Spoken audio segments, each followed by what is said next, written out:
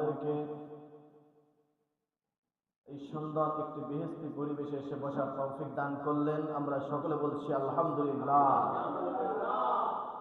লাখ কোটি দরুদ ও সালাম পেশ করি আল্লাহর হাবিব সাল্লাল্লাহু আলাইহি ওয়াসাল্লামের উপরে, যিনি আল্লাহর বন্ধু। আমরা তার উম্মত হতে পেরে জীবনে ধন্য হয়েছি। আমরা আবারও বলছি আলহামদুলিল্লাহ।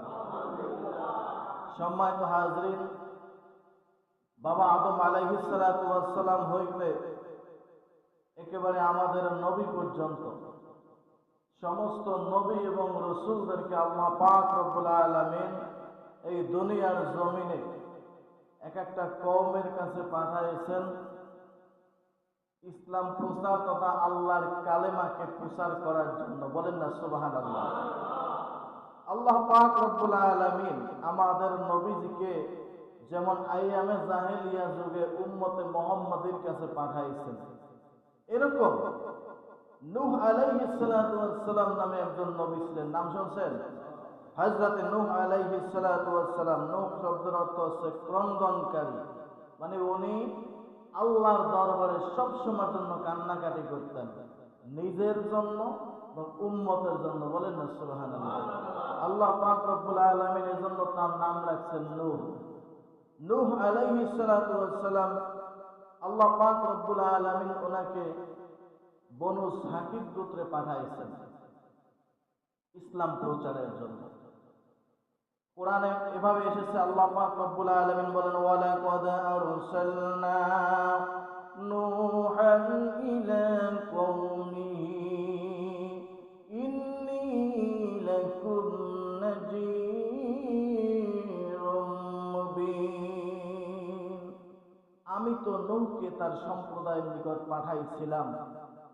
নূহ আলাইহিস সালাম বলতেছেন, আমি অবশ্যই তোমাদের জন্য প্রকাশ্য সতর্ককারী। নূহ আলাইহিস সালাতু ওয়াস সালামকে আল্লাহ পাক রব্বুল আলামিন তার কওমের কাছে পাঠাইছেন এবং নূহ আলাইহিস সালাম কওমের কাছে এসে বলতেছে, তোমরা যে কার্যকলাপ যা কিছু করতেছো, এই মূর্তি পূজা করতেছো, গাছের পূজা করতেছো, মাছের পূজা, সূর্যের পূজা, এই পূজা সেই পূজা করতেছো, আমি এর থেকে তোমাদেরকে সতর্ক করার জন্য আমি এসেছি, আল্লাহ আমাকে পাঠাইছেন। নূহ আলাইহিস সালাতু ওয়াস সালাম বলতেছেন, তোমরা এই যে পূজা পার্বণ করতেছো, এই যে গাছের পূজা করতেছো, বিভিন্ন ধরনের কুসংস্কার, শিরক কুফরির মধ্যে তোমরা লিপ্ত আছো। আল্লাহ তা'বুদু ইল্লাল্লাহ, আল্লাহ ছাড়া কারো ইবাদত করা যাবে না। কারো ইবাদত করা, আল্লাহ ছাড়া কারো ইবাদত করো না। ইন্নী আখাফু আলাইকুম আযাবা ইয়াউমিন আলীম। নূহ আলাইহিস সালাম বলেন, তোমরা যেই কাজ করতেছো এটা আমি ইন্নী আখাফু, আমি তোমাদের ব্যাপারে ভয় পাচ্ছি। আলাইকুম আযাবা ইয়াউমিন আলীম, তোমাদের জন্য কখন কোন দিন না কোন দিন যেন ভয়ঙ্কর একটা শাস্তি এসে যায়। কার্যকলাপ ভালো না। فقال الملأ الذين كفروا من قومه ما نراك إلا بشرا مثلنا وما نراك اتبعك إلا الذين هم أرذلون بادي الرأي وما نرى لكم علينا من فضل بل تظنكم كاذبين। নূহ আলাইহিস সালাম এভাবে দাওয়াত দিতে দিতে এক পর্যায়ে কাফেররা বলতেছে, কাফেরদের এই কাজকর্ম তারা পরিবর্তন হচ্ছে না, যতই জাহান্নামের ভয় দেখাক আর যতই গজবের ভয় দেখাক ওদের কোনো পরিবর্তন নাই। ঠিক আমাদের মতো, ঠিক আমাদের মতো আমরা যত ওয়াজ করি আর যা কিছু করি, আমি দেখতেছি আসলে আপনারা বা আমরা, আমাদের কোনো পরিবর্তন নাই, বিন্দু মাত্র পরিবর্তন নাই। ওই কাফেরের দল বনু সাকিব গোত্রের লোকজন, ওরা কোনো পরিবর্তনে আসে না। ওরা সূর্যের পূজা ছাড়তেছে না, ওরা মাছের পূজা গাছের পূজা ছাড়তেছে না, ওদের কাজকর্ম ওরা চালিয়ে যাচ্ছে। আর নূহ আলাইহিস সালাম তার দাওয়াতি কাজ চালিয়ে যাচ্ছে। নূহ আলাইহিস সালাম যতই ভয় দেখাক, তারা এর কিন্তু বলতেছে যে তুমি মিথ্যা কথা বলতেছো কেন? তুমি যখন বলছো যে আল্লাহর পক্ষ থেকে আমাদের উপরে গজব আসবে, কই আসে না তো? তুমি তো এটা মিথ্যা কথা বলো। আমি যতই ওয়াজ করি আর যা কিছু বলি, আমাদের উপরে আযাব গজব চলতেছে, কিন্তু আমরা বুঝি না। কেমন? আমার ছেলে তো গাঞ্জা টানতেছে, হ্যাঁ, আমার তো একদিক থেকে একটা ক্ষতি হয়ে যাচ্ছে। আমার তো হাড়ে একটা রিং বসানো। ঈসা আলাইহিস সালাম পর্যন্ত উম্মতে মুহাম্মাদী ছাড়া কোন উম্মতের একটা হাড়ে রিং বসানো ছিল জানেন? কোন উম্মতের নাই। এটা আমাদের জন্য গজব। কোন উম্মতের প্রতি করোনা আসে নাই, কোন উম্মতের প্রতি চিকুনগুনিয়া আসে নাই, এটা আমাদের প্রতি গজব। নূহ আলাইহিস সালামের উম্মতরা বলতেছে তুমি তো মিথ্যা কথা বলতেছো, তো আমাদের উপরে তুমি যখন বলছো যে গজব আসবে আযাব আসবে, এতদিন তো আমাদের কাছে আমরা চালিয়ে যাচ্ছি, কিন্তু আমাদের প্রতি তো আল্লাহর গজব আসে না, সেহেতু তুমি একজন মিথ্যাবাদী। বলেন নাউযুবিল্লাহ। হযরত নূহ আলাইহিস সালাম এক পর্যায়ে অল্প কিছু লোক ঈমান আনছিল। আল্লাহর দরবারে প্রার্থনা করেন, রব্বুল আলামিন, আপনার ভয় দেখাচ্ছি, জাহান্নামের ভয় দেখাচ্ছি, জান্নাতের আশা দেখাচ্ছি, কিন্তু ওদের ভিতরে কোনো পরিবর্তন নাই গো আল্লাহ। কিন্তু ওরা আমার উপরে এক পর্যায়ে মিথ্যাবাদী একটা তহমত দিয়ে ফেলেছে। বলেন নাউযুবিল্লাহ। আসলে কি নূহ আলাইহিস সালাম মিথ্যা কথা বলছিল? নূহ আলাইহিস সালাম মিথ্যা কথা বলছিল? নূহ আলাইহিস সালাম আল্লাহর নবী, আল্লাহর নবীরা মাসুম বেগুনাহ, তাদের কোনো গুনাহ নাই। তারা আল্লাহর বন্ধু, আল্লাহর প্রিয় মানুষ। আল্লাহ পাক রব্বুল আলামিনের কাছে প্রার্থনা করে, রব্বুল আলামিন, আপনি এই যে জাহান্নামের ভয় দেখাইতে বলছেন, আল্লাহ গো, আপনি আযাবের ভয় দেখাইতে বলছেন, গজবের ভয় দেখাইতে বলছেন, রব্বুল আলামিন, আপনি ওদের উপরে একটা গজব নাযিল করেন, ওদেরকে একেবারে জনমের মতন শিক্ষা দিয়ে দেন গো আল্লাহ। আর না হয় আমার পক্ষে যে কয়জন উম্মত এসেছে আপনার কালেমার উপরে বিশ্বাস করে, আপনার উপরে বিশ্বাস করে, আমি নূহের উপরে বিশ্বাস করে, ওদেরকে ওরা ক্ষতি করবে গো আল্লাহ। আল্লাহ বলতেছেন, নবু, যা কিছু আসলে হইতেছে আমিও তো দেখতেছি, তোমার অনেক কষ্ট হচ্ছে। জিবরিল আলাইহিস সালামকে পাঠাই দিয়া বলতেছেন, আল্লাহ নূহ আলাইহিস সালামকে যে তুমি এখন একটা নৌকা তৈরি করো। ঘটনা শুনছেন না? হ্যাঁ, এটা কোরআনের কথা। হ্যাঁ, নূহ একটা নৌকা তৈরি করো। নূহ আলাইহিস সালাম বলে, আল্লাহ গো, কোথায় পাবো কাঠ আর কোথায় পাবো মিস্ত্রি? আল্লাহ, কেমন করে আমি কেমন করে কি করব, আপনি ব্যবস্থা করেন। আল্লাহ পাক রব্বুল আলামিন জিবরিল আলাইহিস সালামকে পাঠিয়ে দিলেন। জিবরিল আলাইহিস সালামকে পাঠিয়ে দিয়া হযরত নূহ আলাইহিস সালামকে বলেন, একটু দূরে, কিছু দূর সামনে আগাও, আগাইলে দেখতে পারবে একটা রূপা গাছ, জিকা গাছ আপনাদের ভাষায়, আর এক দেশে বলা হয় কাইলা গাছ, কাটলে গাছ, যাই বলেন যাই বলাও সেও কদু। একটা রূপা গাছ অনেক বড়, 60 গজ মোটা। বলেন না সুবহানাল্লাহ। 60 গজ মোটা, 40 গজ লম্বা, বড় একটা রূপা গাছ। অন্য অন্য দেশ থেকে লোকজনে দেখতে আসে একটা রূপা গাছ, এত বড় একটা গাছ দেখতে আসে, মানুষ ভ্রমণে আসে আর ওই গাছটা দেখতে আসে। বলতেছে, হে নূহ, ওই গাছটা তুমি কাটো।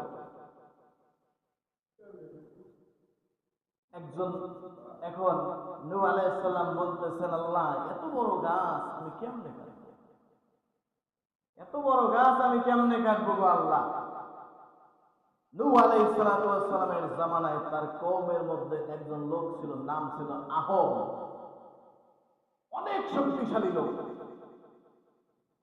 ওই আহম গিয়া করাত একটা নিয়ে তারপরে গাছ, হযরত নূহ আলাইহিস সালাম যখন ওই গাছের লোকজন নিয়ে গাছের কাছে গেছে, কাফেররা বাধা দিচ্ছে, কাফেররা হাত থেকে করাত নিয়ে গেছে, কুড়াল নিয়ে গেছে। আহম গিয়া তারপরে ওই লোকগুলার একটা একটা আছাড় দিয়ে একেবারে জনমের মতন বিদায় দিয়া আহম কুড়াল থেকে কিছুক্ষণের মধ্যে গাছটা কেটে ফেলছে। বলেন না সুবহানাল্লাহ। আহম গাছটা কাটার পরে, গাছটা কেটে ফেলার পরে আল্লাহ পাক রব্বুল আলামিন কিছু ফেরেশতা নাজিল করলেন। একজন মিস্ত্রির রূপ ধারণ করে এসেছে, আর একদল এইরকম করে করাতের রূপ ধারণ করে এসেছে। বিভিন্ন জন বিভিন্ন রকমের রূপ ধারণ করে এসে আল্লাহর নবী নূহ আলাইহিস সালামকে সাহায্য করতেছে। সাহায্যকারীকে নাসরুম মিনাল্লাহি ফাতহুন করিব বলতেছেন আল্লাহ। নাসরুম মিনাল্লাহি ফাতহুন করিব, আল্লাহর পক্ষ থেকে যখন তোমাদের প্রতি সাহায্য আসবে, সাহায্য কার পক্ষ থেকে আসবে? সাহায্য কার পক্ষ থেকে? আল্লাহকে বিশ্বাস করতে হবে কি হবে না?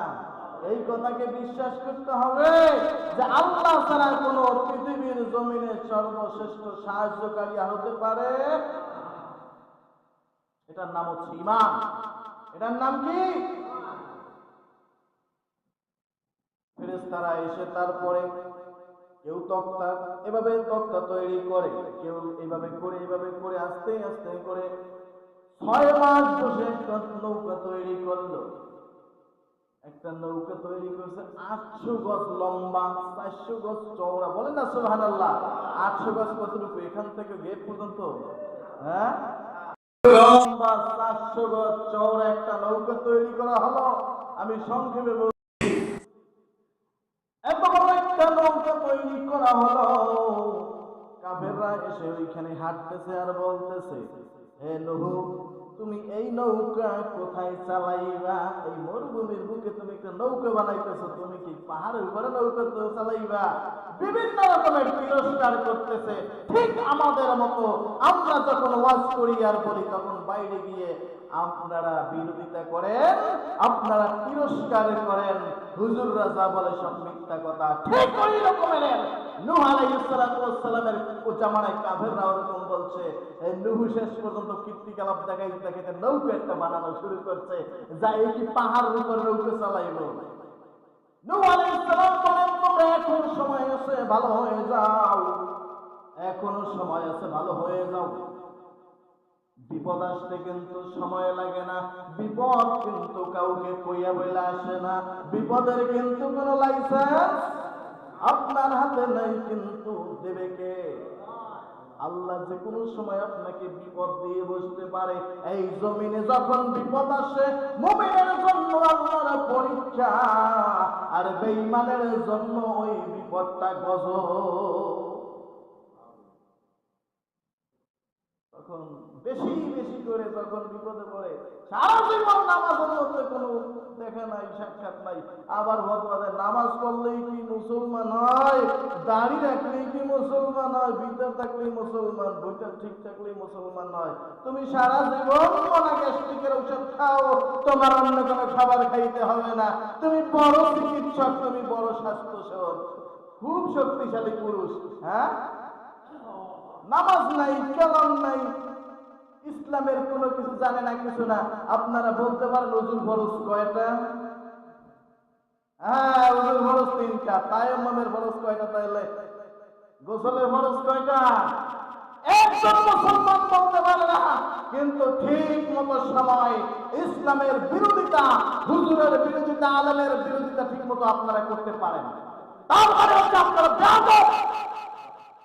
এখনো সময় আছে, মুসলমান ভালো হয়ে যাও। আল্লাহর গজব আসার আগে, আল্লাহর গজব আসবে কিয়ামতের পূর্বে। রাসূল করিম সাল্লাল্লাহু আলাইহি সাল্লাম বলেছেন, কিয়ামতের পূর্বে ঘন ঘন ভূমিকম্প হবে। ভূমিকম্প হচ্ছে না? সেদিন ভূমিকম্প হয়ে ওইখান থেকে টাইলস খুলে পড়ছে। ওইখানে হাত দিয়ে দেখেন 2-3টা টাইলস হালকা হয়ে গেছে। ঘন ঘন, একেবারে ঘন ঘন হচ্ছে। এক সপ্তাহের মতো 2বার 3বার ভূমিকম্প। তার মানে রাসূলের কথা বাস্তবায়ন হচ্ছে। 2013 সালে রাসূল করিম সাল্লাল্লাহু আলাইহি ওয়াসাল্লাম বলছেন যে অগ্নি বৃষ্টি হবে, আগুনের বৃষ্টি। বৃষ্টি কি আগুন না পানি? রাসূল যে বলছেন যে অগ্নি বৃষ্টি হবে, আগুনের বৃষ্টি হবে, তো মিথ্যা কথা। 2013 সালে একটা মাহফিলে ছিলাম, বড় এক পীর সাহেবের সাথে হঠাৎ করে একটা বাতাস আসছে, আগুন একবারে আমরা ঘামাইয়ে গেছি। তার মানে কি চলছে তো? রাসূলের কথা ভুল আছে? আমাদের বিশ্বাসে ভুল, আমাদের বাচন ভঙ্গিতে ভুল, আমাদের আকীদায় ভুল, আমাদের চলন সব জায়গায় ভুল আছে। তার মানে হচ্ছে আমাদের সংশোধন হতে হবে অবশ্যই। গোসলের ফরজ 3টা, ওযুর ফরজ 4টা, আজকে মুসলমান বলতেছে। আর তায়াম্মুমের ফরজ 3টা, আজকে মুসলমান বলতেছে যে গোসলের ওযুর ফরজ 3টা। একজনও তো বলতে পারবেন না। কেমন মুসলমান আপনি? আমার ভাইরা বন্ধুরা, বলতেছিলাম কাফেররা তিরস্কার করতেছে, এ নূহ তুমি এই নৌকা কোথায় চালাইবা? কি পাহাড়ের উপরে চালাইবা না মরুভূমির বুকে চালাইবা? নূহ আলাইহিস সালামের মুখে শুধু একটাই কথা, আমি তোমাদের জন্য ভয় পাচ্ছি, কখন জানি আল্লাহর গজব এসে পড়ে। এখন সময় আছে, তোমরা আল্লাহর কালেমার উপরে বিশ্বাস করো, আল্লাহর উপরে বিশ্বাস করো, আর আমি যে আল্লাহর নবী, আমাকে বিশ্বাস করে তোমরা ভালো হয়ে যাও। কাফেররা যাইছে। নৌকা যখন তৈরি করা হলো, নৌকা তৈরি করার পরে নূহ আলাইহিস সালাতু ওয়াস সালাম আল্লাহর দরবারে প্রার্থনা করতেছেন, রব্বুল আলামিন এখনো একটু কাজ বাকি আছে, আল্লাহ কিছু তক্তার দরকার, এই তক্তা কোথায় পাবো? আল্লাহ বলতেছেন, নূহ রে, নীল নদের তলদেশে একেবারে তলায় কিছু কাঠ রাখা আছে। বলেন না সুবহানাল্লাহ। রাখছে কে? নীল নদের সাগরের তলে কিছু কাঠ রাখছে। নূহ আলাইহিস সালাম নৌকা বানাইবে, ওই জন্য ব্যবস্থা করে কে? আপনার রিজিকের ব্যবস্থা কে করবে?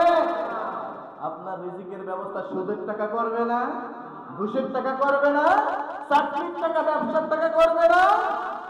সারা জীবন বসে আপনি সুদ খাইয়া এই করে সেই করে বিভিন্ন ধরনের টাকার পাহাড় তৈরি করেছেন। আপনি শেষ বয়সে গিয়ে আপনার এমন একটা রোগ হয়েছে, ডাক্তার বলতেছে ভাত খাওয়া যাবে না, ভাত চলবে না, রুটি খাইতে হবে, একটু অল্প একটু রুটি খাইতে হবে, ভাত চলবে না। তার মানে আপনার উপরে আল্লাহ খুশি হয়ে গেছেন, আল্লাহর গজব নাযিল হয়েছে। তার মানেই হলো আপনার কপালে রিজিক নেই, নিঃশ্বাস বন্ধ, আপনি সরাসরি গেট আউট জাহান্নাম। সময় আছে মুসলমান, ভালো হতে হবে। হযরত নূহ আলাইহিস সালাম যখন খোঁজ পাইলেন আল্লাহর পক্ষ থেকে নীল নদের তলদেশে কিছু কাঠ রাখা আছে, এখন চিন্তিত হয়ে গেছে। এখন ওই নীল নদের পানি তো 5 হাত 7 হাত নয়, এই এতখানি গভীর পানির মধ্য থেকে কেমন করে এই কাঠগুলা তো উঠাবো? এক লোক বলে ফেলছে, হুজুর ওই নীল নদের পাড়ে একজন লোক বসবাস করে, নাম তার উশ। নাম কি? নাম তার উশ। এই উশের কাজকর্ম হলো বিশাল দেহের অধিকারী। ইয়া নবী আল্লাহ হুজুর, ওই উশের কাজকর্ম হলো সারাদিন ওই নীল নদের ভিতর থেকে মাছ ধরে আর খায়, আর কোনো কাজ নাই। অনেক শক্তিশালী, অনেক দূর ডুব দিয়ে অনেক তলদেশ থেকে মাছ ধরে। হুজুর আমরা ওকে বলি হয়তো বা কোনো ব্যবস্থা করতে পারে, চলো চলো চলো আমরা উশের কাছে যাই। উশের কাছে গিয়ে তারপরে বলতেছে, উশ আমি তোমাকে কিছু খাবার দিতে চাই, বিনিময়ে তুমি আমাদেরকে একটু কাজ করে দিবা। বলতেছে খাবারটাই তো আমার প্রধান টেনশন, প্রধান চিন্তা, খাবার ছাড়া আমার কোনো চিন্তা নাই। আমাদের চিন্তা হলো আয় রোজগার করা, সমাজ নাই, নমাজ নাই, মুসলমানি নাই, আর পেট ভরে খাই, গলা বাহাইয়া বা রাস্তায় রাস্তায় চলাফেরা করি, শিরকি করি না? উশের কাজ হলো সারাটা দিন মাছ ধরে খায় আর নাক টানে নীল নদের পানির পারে ঘুমায়। উস যখন নবী নূহ আলাইহিস সালাম বলতেছে, উসরে তবে তুমি তোমার কাজ, তোমার দায়িত্ব পালন করো। নীল এই তলদেশে, একেবারে তলদেশে কিছু কাঠ আছে, তুমি উঠাইয়া দাও। উস কিছুক্ষণের মধ্যে সমস্ত কাঠ তুলে দিয়ে নূহ আলাইহিস সালামের সামনে হাজির করে তারপরে বলতেছে, হুজুর এখন আপনি আপনার দায়িত্ব পালন করেন, আপনার ওয়াদা পালন করেন। হুজুর আপনি নাকি আমাকে একটু খাবার দিবেন, খাবারের ব্যবস্থা করেন। নূহ আলাইহিস সালাম মাত্র 3টা রুটি দিয়েছে, বলেন না সুবহানাল্লাহ। কয়টা রুটি? উস রাগ করেছে, হ্যাঁ 3টা রুটি তো আমার দাঁতের মধ্যেও ঢোকে না, আপনি কি বললেন পেট পুরে আমাকে খাওয়াইবেন? আমি যার লোভে আপনাকে কাজ করে দিলাম, এই 3টা রুটি থেকে আমার পেট ভরবে? আপনি তাড়াতাড়ি রুটি বের করেন, আপনি তাড়াতাড়ি রুটি আরো বের করেন। এই দেখেন কোরআন থেকে সরাসরি অর্থ করতেছে, আপনি তাড়াতাড়ি রুটি বের করেন, আরো খাবার বের করেন, নয় গাছ আমি এখনই আবার নীল নদে ফেলাই দেব। নূহ আলাইহিস সালাম বলছে, শান্ত হও, আর একটু তুমি কথা বলবে না। এই রুটি 3টা তুমি খাও, তবে খাবার আগে তুমি বলবে বিসমিল্লাহির রহমানির রহিম। আবার বলেন বিসমিল্লাহির রহমানির রহিম। খাবার আগে কি আমরা বিসমিল্লাহ বলি? হ্যাঁ, দুই একজন মাত্র 2-1 বলেন। আপনাদের অভ্যাস সম্পর্কে আমার ধারণা আছে, মাত্র 2-1 মুসলমান ছাড়া বিসমিল্লাহর কথা মনে থাকে না। খাবার যদি মজা হয়, খাবার পরে বলে শালার মজা রে, আলহামদুলিল্লাহ বলে আল্লাহর প্রশংসা স্মরণ থাকে। কোন কাজ শুরু করি বলে বিসমিল্লাহ, বলে কোন কাজ শুরু করে বলি বিসমিল্লাহ, দু হাতে কাজ করি মুখে বলি আল্লাহ, কোন কাজ শুরু করে বলি বিসমিল্লাহ। কাজ শুরু করতে হবে কি বলে? বিসমিল্লাহ বলে কাজ শুরু করতে হবে। রাসূল করিম সাল্লাল্লাহু আলাইহি সাল্লাম বলছেন, উম্মতরা রে, যখন তুমি ওযু সহকারে বিসমিল্লাহ বলে তুমি যখন কোন কাজ করবে, ধানের জমি তুমি রোপণ করা শুরু করো, বরকত দিবেন কে? তুমি ব্যবসা করা শুরু করো, দোকানে বসো, ওযু সহকারে বসো, বেচা কিনা শুরু করো, তুমি বিসমিল্লাহ বলে শুরু করো। বিসমিল্লাহ হচ্ছে আল্লাহর নাম। কার নাম? আল্লাহর নাম। আল্লাহর কথা স্মরণ করতে হবে। রাসূল মাকবুল সাল্লাল্লাহু আলাইহি সাল্লাম বলেন, যখন আমার উম্মত আল্লাহর কোন বান্দা যখন আল্লাহর নাম স্মরণ করে যখন কোন কাজকর্ম শুরু করে, আমার রব্বুল আলামিন সাথে সাথে বান্দার উপরে খুশি হইয়া রহমত নাযিল করে। কোন কাজ শুরু করি বলে বিসমিল্লাহ, দু হাতে কাজ করি মুখে বলি আল্লাহ, মুখে বলি আল্লাহ। সুন্দর কথা না? ভালো কিছু দেখে বলি মাশাআল্লাহ। আমরা বলি? আমরা বলি না, আমরা ভুলে গেছি আল্লাহকে, আল্লাহর কথা স্মরণ নাই। ভালো কিছু দেখে বলি মাশাআল্লাহ, নিয়ামত পেয়ে বলি আলহামদুলিল্লাহ, নিয়ামত পেয়ে বলি আলহামদুলিল্লাহ। কোন কাজ শুরু করি বলে বিসমিল্লাহ, কোন কাজ শুরু করি বলে বিসমিল্লাহ, দু হাতে কাজ করি মুখে বলি আল্লাহ, দু হাতে কাজ করি মুখে বলি আল্লাহ, ভালো কাজ শুরু করি বলি বিসমিল্লাহ। দান খয়রাত দিতে বলি ফি সাবিলিল্লাহ। মুসাফির এসেছে, খয়রাত নিয়ে এসেছে দরজায়, আগামীকালকে আইসো, তুমি ঘন ঘন আসো কেন? তোমাকে দেওয়া যাবে না, কালকে আইসো, কালকে কয়টা আইয়াছি, টাকাটা খাইয়ে যাইয়া। মুসলমানের স্বভাব।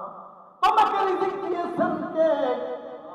আল্লাহ যদি তোমাকে রিজিক দিয়ে থাকে, ওই ভিক্ষুকের রিজিক তো তোমার ভান্ডে দিয়ে দিছে আল্লাহ। তুমি কোন সাহসে, কোন জিহ্বায়, কোন কলিজায় তুমি ভিক্ষুককে তোমার দরজা থেকে ফিরাইয়া দাও? এই জন্য যদি আল্লাহর দরজা থেকে পরকালে তোমাকে ফিরাইয়া দেয়, তুমি কোন বাবার বাড়িতে যাইয়া দাঁড়াইবা? মুসলমান, কথা ঠিক নেই? হ্যাঁ, মসজিদে আছে শুক্রবার 10টা 5টা টাকা দেয়, যখন একজন খাদেম বা একজন যে কোনো এক লোক যাইয়া দান বাক্স সামনে দেয় অথবা হাত পাতে যাইয়া এই হাতটা এখন গুছাই রাখে।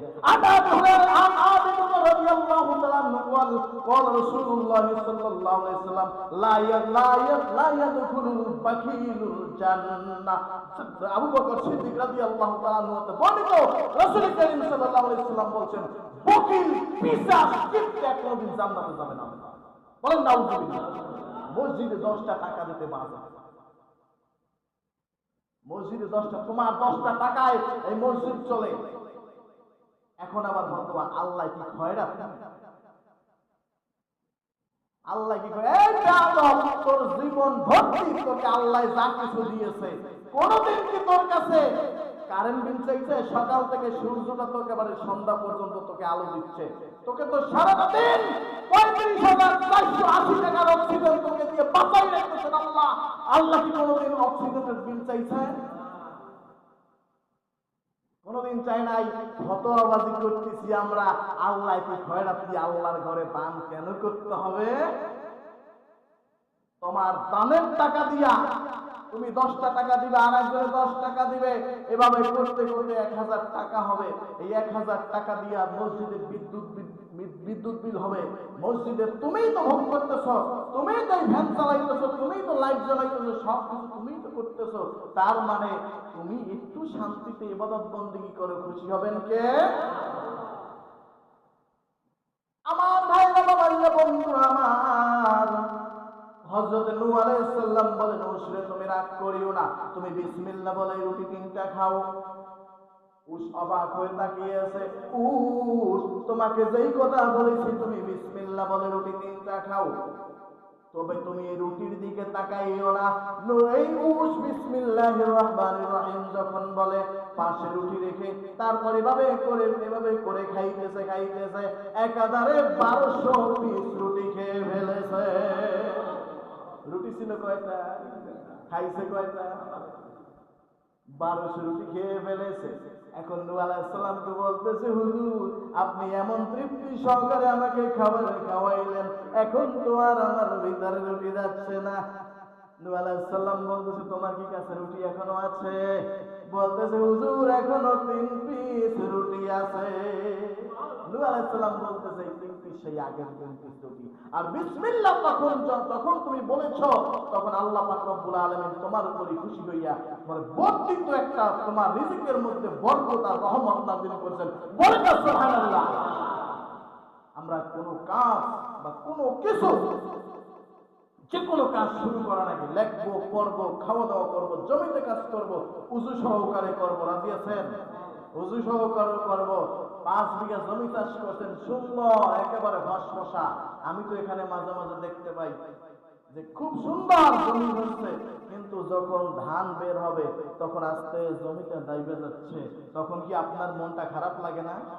তখন আপনি কত বড় বাহাদুর হচ্ছেন আপনি যখন জমিটা চাষ করেন, আল্লাহর নামটা নিয়ে আপনি জমিটা শুরু করতেন।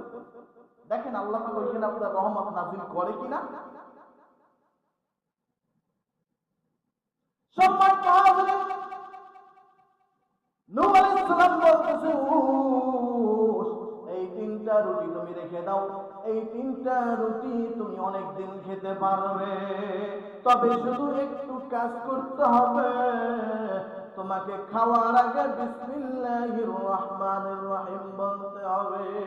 এভাবে করতে করতে উশ অনেকদিন খাবার খাইয়া উশ খুশি হইল। এরপর নূহ আলাইহিস সালামের লোকজন, ওই ফেরেশতারা, আল্লাহর ফেরেশতা দিয়ে সাহায্য করতেছে। নূহ আলাইহিস সালামের লোকজন ওই নদের পার থেকে ওই গাছগুলোকে তক্তা বানাইয়া বিভিন্ন সিস্টেমে নৌকা তৈরি করলো। 6 মাস বসে নৌকা তৈরি করলো। প্লাবনের খবর সমস্ত এলাকায় পৌঁছে গেল। একজন বুড়ি মা নূহ আলাইহিস সালামকে বলতেছেন, নূহ আলাইহিস সালাম রে, আমি তো আপনার উপরে বিশ্বাস করি, আমি আল্লাহর কালেমা পড়েছি, আমি তো বৃদ্ধ মানুষ, আমি তো বুড়ো হয়ে গেছি, চলাফেরা করতে কষ্ট হয়। হুজুর, আপনি একটা দাবি আপনার উপরে, যখন প্লাবন শুরু হবে, প্লাবন শুরু হওয়ার আগে আপনি আমাকে একটু খবরটা দিবেন, আমি আস্তে আস্তে করে হাঁটতে হাঁটতে আপনার এই নৌকার মধ্যে অবস্থান নেব। নূহ আলাইহিস সালামের কি আল্লাহর কি খেলাধুলা রে, বোঝা বড় দায় রে, বোঝা বড় দায়। আল্লাহ পাক রব্বুল আলামিন নূহ এমন সময় একটা প্লাবন দিয়েছেন, ওই বুড়ির কথা নূহ আলাইহিস সালাম ভুলে গেছে। নূহ আলাইহিস সালাম ওই বুড়ির কথা ভুলে গেছে। ওদিকে কি করছে, নৌকা তৈরি করে যখন মরুভূমির বুকে রাখা হলো, মরুভূমির বুকে যখন নৌকা তৈরি করে রাখা হলো, কাফেরের দল শুধু তিরস্কার নয়, অবজ্ঞা নয়, হিংসা বিদ্রোহ নয়, ওরা রাতের বেলায় পায়খানা করে ভরে ফেলেছে। বলে নাউজুবিল্লাহ। নূহ আলাইহিস সালাম নৌকার পায়খানা করে বোঝাই দিয়ে ফেলেছে। নূহ আলাইহিস সালাম নৌকার কাছে গেলেন, নৌকার কাছে গিয়ে মনটা খারাপ করলেন, রব্বুল আলামিনকে ডাক দিলেন, রব্বুল আলামিন দেখেন আপনার হুকুম পাই একটা নৌকা তৈরি করলাম, রব্বুল আলামিন এখন কি অবস্থা করব, নৌকা পায়খানা করে বলে ফেলেছে। আল্লাহ পাক রব্বুল আলামিন নূহ আলাইহিস সালামের কাছে জিবরাইলকে পাঠিয়ে দিয়ে বলতেছে, নূহ রে তুমি কোনো টেনশন করো না, তোমার সাথে আল্লাহ আছে। লা তাহজান ইন্নাল্লাহা মা'ানা। বলতেছেন আল্লাহ, বলেন তো সুবহানাল্লাহ। আল্লাহ বলছেন লা তাহজান ইন্নাল্লাহা মা'ানা। নূহ আলাইহিস সালাম তুমি লা তাহজান, একটু বিন্দু মাত্র চিন্তিত হবে না। ইন্নাল্লাহা মা'ানা, এখানে তোমাদের সবার সাথে আছেন কে? আল্লাহ আমাদের সাথে থাকবে, থাকবে না? যদি আল্লাহর কাজ করতে পারি আল্লাহ অবশ্যই থাকবে। আল্লাহর সাথে যখন আমরা কুফরি করব, শিরক করব, আল্লাহর হুকুম অমান্য করব, আল্লাহর গজব আমাদের সাথে অবশ্যই থাকবে। এজন্য কোনো টেনশন করা যাবে, টেনশন করা যাবে না। কথা কার? আমার, আমার এই খাতা, এই কোরআনের কথা। টেনশন করা যাবে না। অবশ্যই দুঃখ কষ্ট কপালে আছে, কপাল পুড়ে যাচ্ছে, কপাল পুড়ে ছাই হয়ে গেছে। কাঠ পুড়লে কয়লা হয়, কয়লা দিয়ে কামারের দোকানে ব্যবহার করে, কিন্তু কপাল পুড়লে ভাইজান কিচ্ছু থাকে না।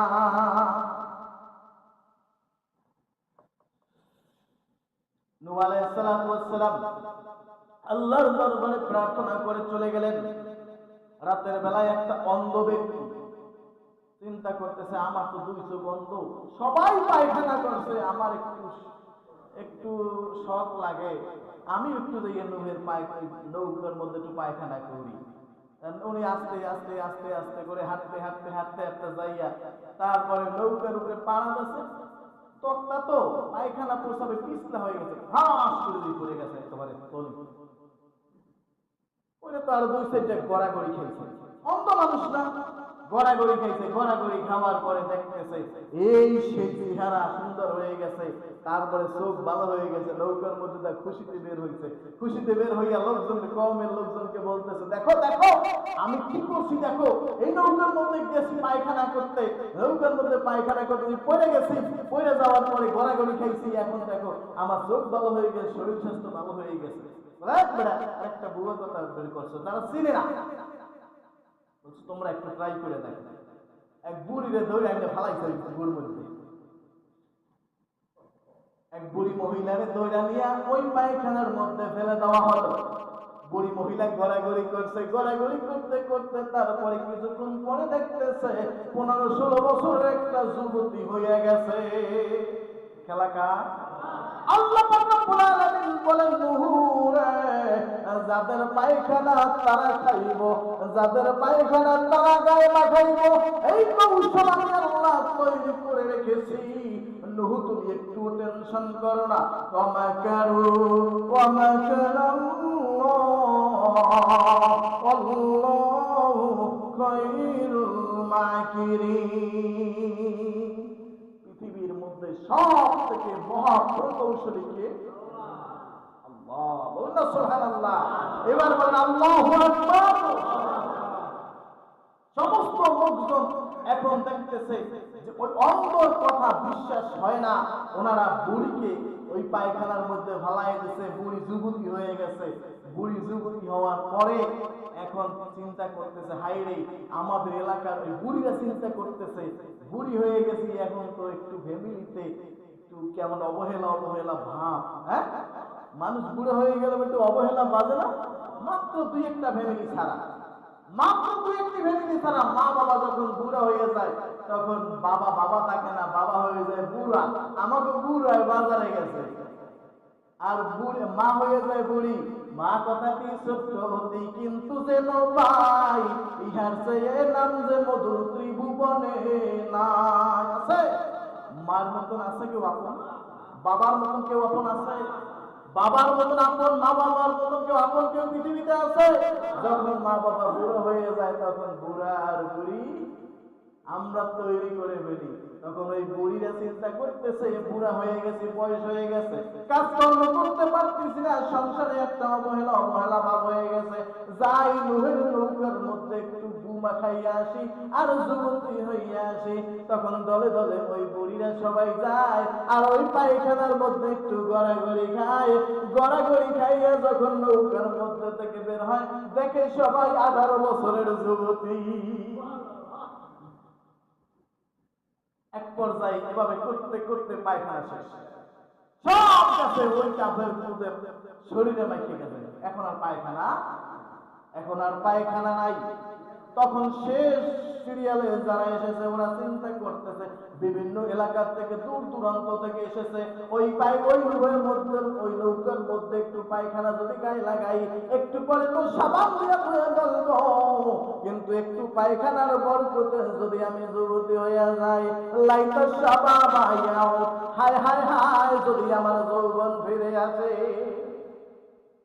এখন লোকজন দলে দলে যাওয়া শুরু করছে, দলে দলে যাইয়া তারপর দেখে পায়খানা অনেক প্রস্তাব নাই, সব ক্লিয়ার। এখন ওরা করতেছে কি, একজন বলতেছে চলো আমরা পাত্রে ভরে একটু পানি নিয়ে যাই। পায়খানা যখন সব পরিষ্কার হয়ে গেছে এখন ওটারে একটু আরো ভালো করে পানি দিয়ে ধোয়া লাগবে না? এই করতেছে কি? আল্লাহ ধোয়াইতেছে ওদেরকে দিয়া। পাত্রে করে পানি নিয়ে যখন নৌকার মধ্যে যায় আর একজন বলতেছে কি করবাই পাত্রের পানি দিয়া, পায়খানা অনেক উৎসাহ নাই, কি করবো? পাত্রের মধ্যে পানি নিয়ে তারপরে ওইখানে ধোয়া জল ধুইল, পরিষ্কার করতেছে। এই পরিষ্কার পানি এখনো আমাদের সমাজে এক শ্রেণীর লোক আছে, ভারতের জমিনে দেখা যায় গরুতে প্রসাব করে দৌড়ে গিয়ে এরকম হাত পাতে আর খায় না? গরু খাওয়া যায় না, গরুর প্রসাব খাওয়া যায় আছে? এলাকার কে খাওয়াইতেছে গরুর প্রসাব? তোমাকে আল্লাহ ভাত খাওয়াইব না, তোমাকে আল্লাহ সাবু খাওয়াইব। বুড়া বয়সে তুমি এখন আল্লাহর হুকুম পালন করো, আল্লাহকে খুশি করো। বুড়া বয়সে তোমাকে ভালো ভালো খাওয়াই আল্লাহ তোমাকে খুশি করবে। আমার আব্বা এখানে বসে আজ পর্যন্ত আমার এতটুকু বয়স আমি কখনো দেখি নাই একটা মিথ্যা কথা বলছে কোনোদিন একটা একক নামাজ কাজা করছে। যেই দিন ছিল সেই দিন আমাকে বলছে আব্বা আজান দেখ, নামাজ ঘরের চালা ফাঁকা হয়ে গেছে। আব্বা কিন্তু কোনো আলেম না। সম্মান তো হাজিরা না, ফখর করতেছি না, আমি একটু বোঝানোর জন্য বললাম। সম্মানিত হাজিরিন, ওই পানি তখন সবাই একটু একটু করে ভাগ করে নিচ্ছে। ওই পানি একটু একটু করে ভাগ করে নিয়ে তারপরে কেউ খাইতেছে, কেউ মাথায় দিতেছে। যখন মাথায় দেয় তখন পাগল সুস্থ হইয়া যায়, যখন চোখের মধ্যে একটু ওই পানি ছিটাইয়া দেয় তখন অন্ধ ভালো হইয়া যায়, তখন শরীরের মধ্যে যদি যায় কুষ্ঠরোগ ভালো হয়ে যায়, হাত ভাঙা পা ভাঙা যখন ওই পায়খানা ধোয়া পানি একটু লাগায় সাথে সাথে হাড্ডি জোড়া লেগে যায়। তার মানে এভাবে করতে করতে নূহ আলাইহিস সালামের নৌকা পরিষ্কার, আল্লাহর পক্ষ থেকে এখন ওহী আসলো, নূহ রে তোমার কওমের লোকেরা যারা এই পর্যন্ত ঈমানে আছে আর বাকি লোকজন আর কখনো ঈমান আনবে না, আর অন্য কোনো লোকজন ঈমান আনবে না। নূহ রে তুমি একটা কাজ করো, জোড়ায় জোড়ায় তুমি একজন উঠাও, স্বামী স্ত্রী মা বাবা এভাবে করতে করতে পশু পর্যন্ত তোমরা জোড়ায় জোড়ায় এই নৌকার মধ্যে উঠাও। সমস্ত ফল ফুলের বীজ উঠাও, কেননা আমি যখন প্লাবন দিব, আমি যখন বন্যা দিব, সব কিছু ধ্বংস হয়ে যাবে। তোমার এই উম্মত যেই কয়জন জাহাজের মধ্যে থাকবে, এই নৌকার মধ্যে থাকবে, যখন প্লাবন শেষ হবে, বন্যা শেষ হবে, এই বীজগুলা আমার জমিনে রোপণ করবে, আমি এর মধ্যে বরকত দিয়া রিজিকের ব্যবস্থা করে দিব। কোরআনের মধ্যে এসেছে একটা বীজ যদি রোপণ করে বান্দা, ধান যখন বোনেন না, একটা ধানে কয়টা গাছ হয়? একটা ধানে একটা গাছ হয়। একটা ধানে একটা ধানে একটা গাছ হয়। আবেগ দিয়ে কথা বলবেন না, বিবেক দিয়ে কথা বলবেন। একটা ধানে 5-6 হয়, একটা গাছ হয় নাকি? একটা ধানে একটা গাছ হয়। একটা গাছে কয়টা ধান হয়?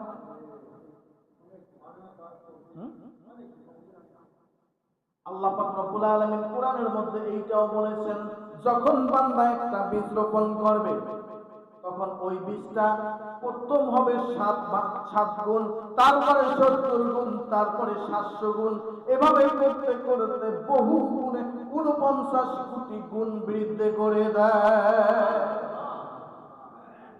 রিজিকের ব্যবস্থা কার হাতে? রিজিকের ব্যবস্থা কার হাতে? এবার বললাম আল্লাহু আকবার, আর আল্লাহু আকবার। চলবে? আর অল্প একটু আছে, চলবে না? এখানে ব্রেক।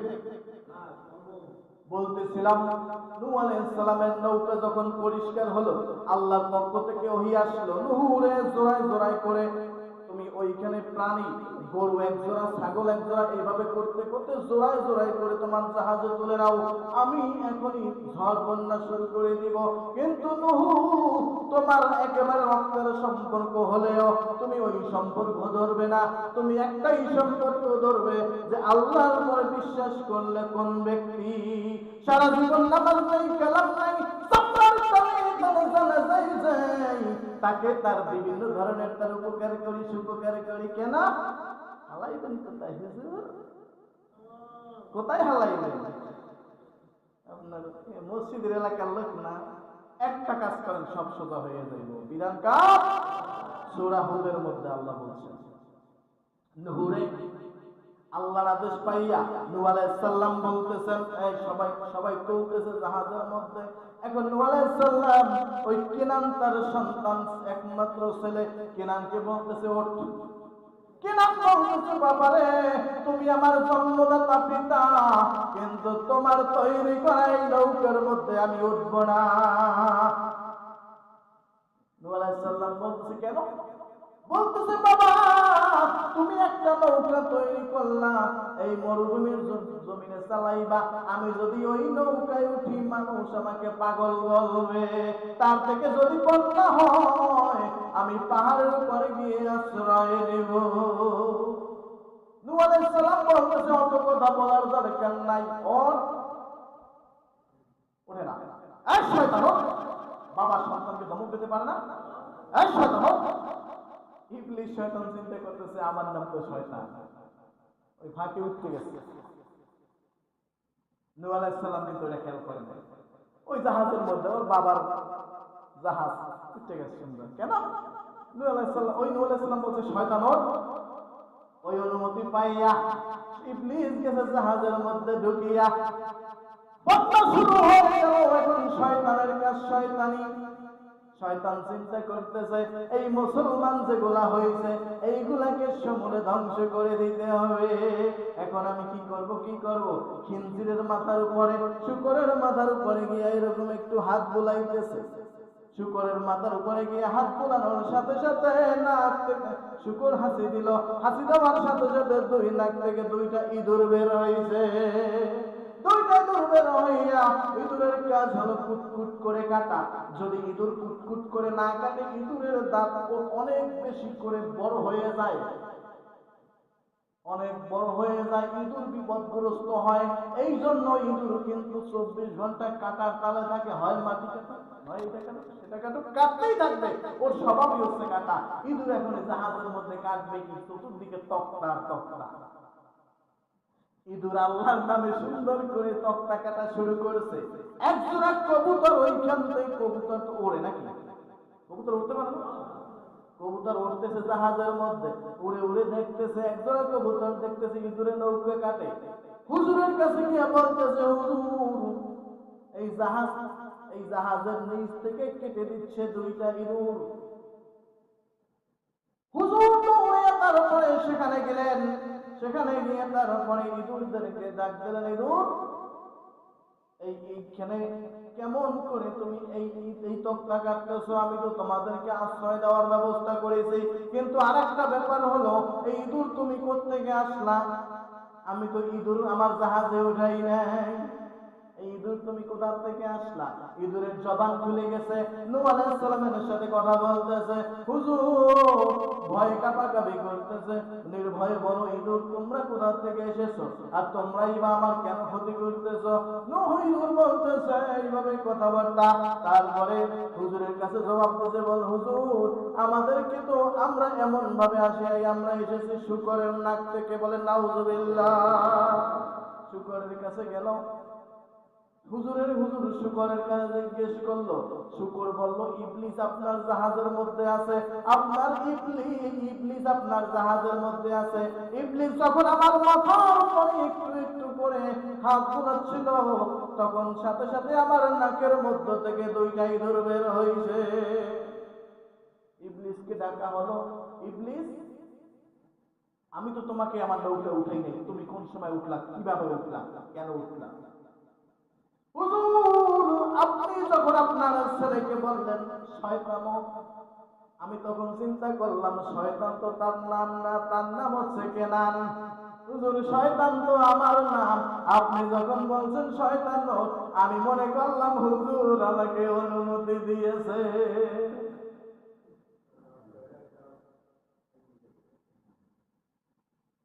নূহ আলাইহিস সালাম তখন নিজে গিয়া বাঘের মাথায় হাত বুলাইলেন। বাঘের মাথায় হাত বুলানোর সাথে সাথে একটা বিড়াল বের হয়েছে। বলেন না সুবহানাল্লাহ। বিড়াল বের হয়েছে নাক থেকে। বিড়াল বের হইয়া ওই ইঁদুর দুইটাকে ধরে এনে ওটাকে খতম করে দিয়েছে। যাই হোক এইভাবে করতে করতে 8 মাস 40 দিন, কোন কিতাবে আছে 600 দিন, এভাবে করতে করতে 3টা বর্ণনায় পাওয়া যায়। কোন কিতাবে আছে 150 দিন। বন্যা চলতেছে। কিছু বন্যা শুরু হওয়ার কিছুক্ষণ পরে যখন প্রথম একটা বন্যার বাড়ি এসেছে, তখন ওই কেনান যেই কথা পাহাড়ের উপরে নিয়ে আশ্রয় গেছে। আশ্রয় নেওয়ার পরে কেনানকে তো আল্লাহ বাঁচাইবে না। পানির আঘাতে কেনান চিৎপটাং হয়ে গেছে, কেনান শেষ, সমস্ত মানুষ শেষ। নূহ আলাইহিস সালাম, হযরত নূহ আলাইহিস সালাম আল্লাহর দরবারে প্রার্থনা করেন, রব্বুল আলামিন অনেক দিন তো হয়ে গেল আল্লাহ, এখন কি করা যায়? আল্লাহ বলতেছেন, নূহ রে পর্যায় তো প্রায় শেষ, খেলাধুলা প্রায়, এই বন্যার পালা শেষ। এখন একটু খোঁজ নিয়ে দেখো তোমার জমিনে আর কেহ নাই, একজন বুড়ি বেঁচে আছে। কি ব্যাপার, এত পানি হলো, বুড়ি বেঁচে আছে। নূহ আলাইহিস সালাম প্রথম কাককে পাঠাই দিল, হে কাক জমিনে গিয়ে দেখ কতটুকু পানি আছে।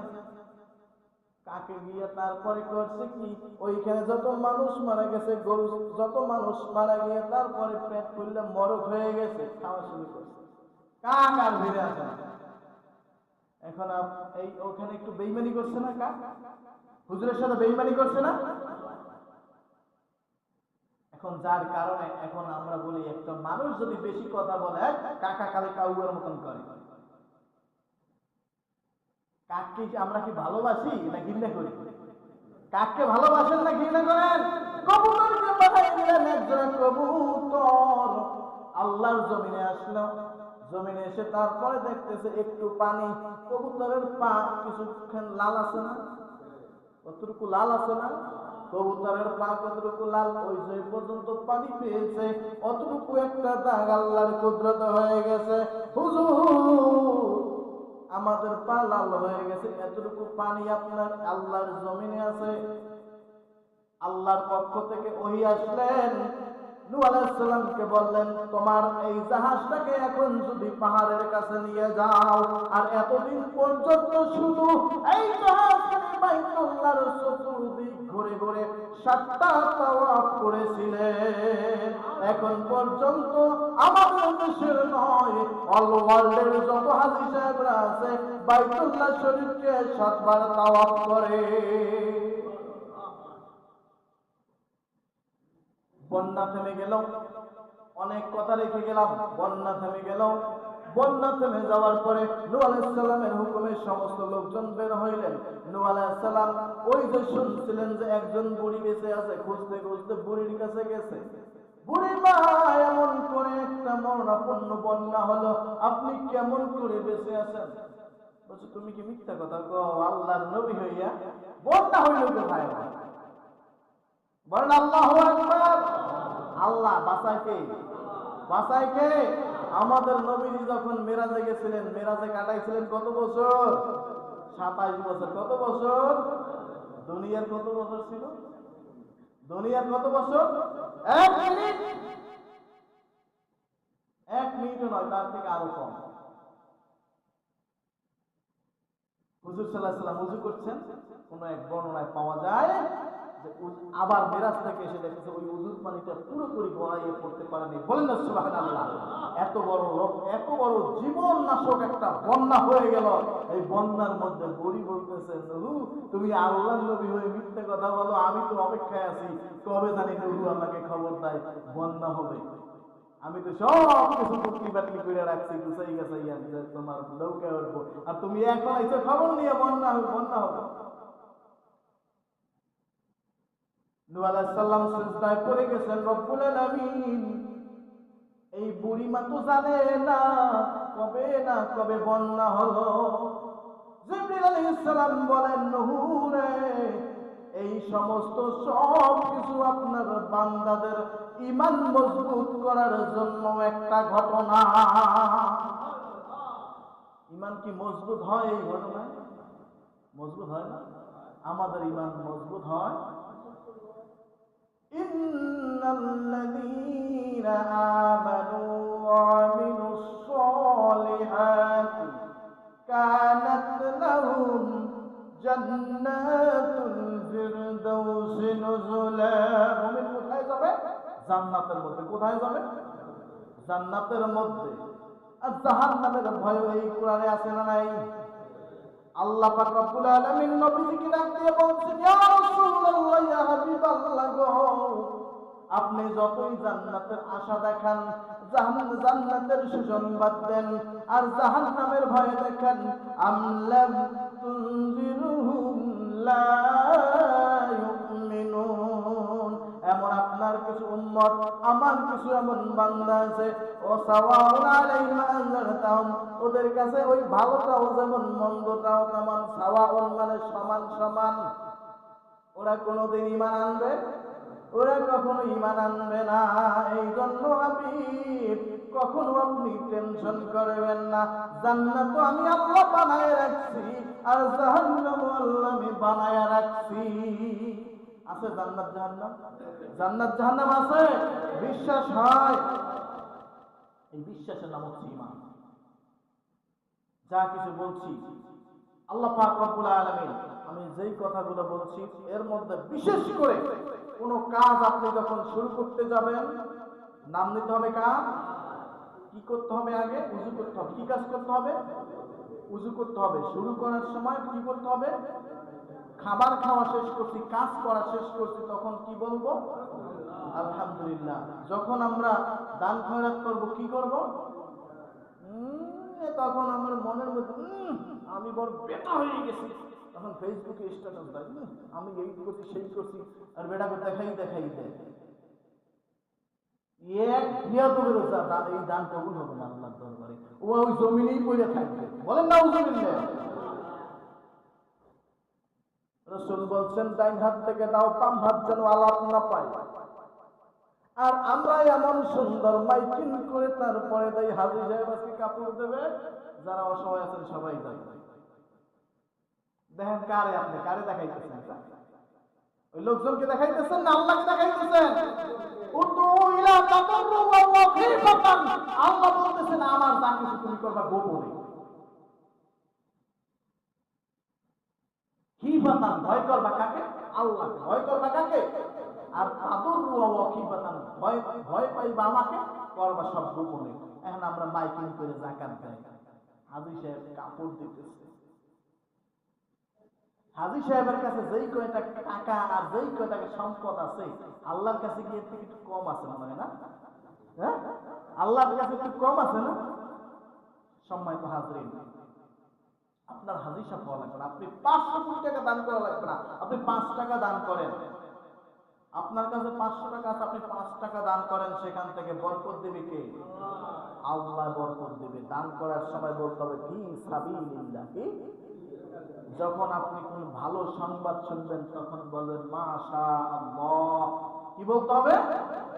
মাশাআল্লাহ। যখন আপনি কখনো বিপদে পড়বেন অথবা আপনি যখন কোনো বিপদের খবর শুনবেন তখন বলবেন ইন্না লিল্লাহি ওয়া ইন্না ইলাইহি রাজিউন। আল্লাহ পাক রব্বুল আলামিন আমাদেরকে এই সমস্ত আমল করার তৌফিক দান করুন। সকল বলে আমিন।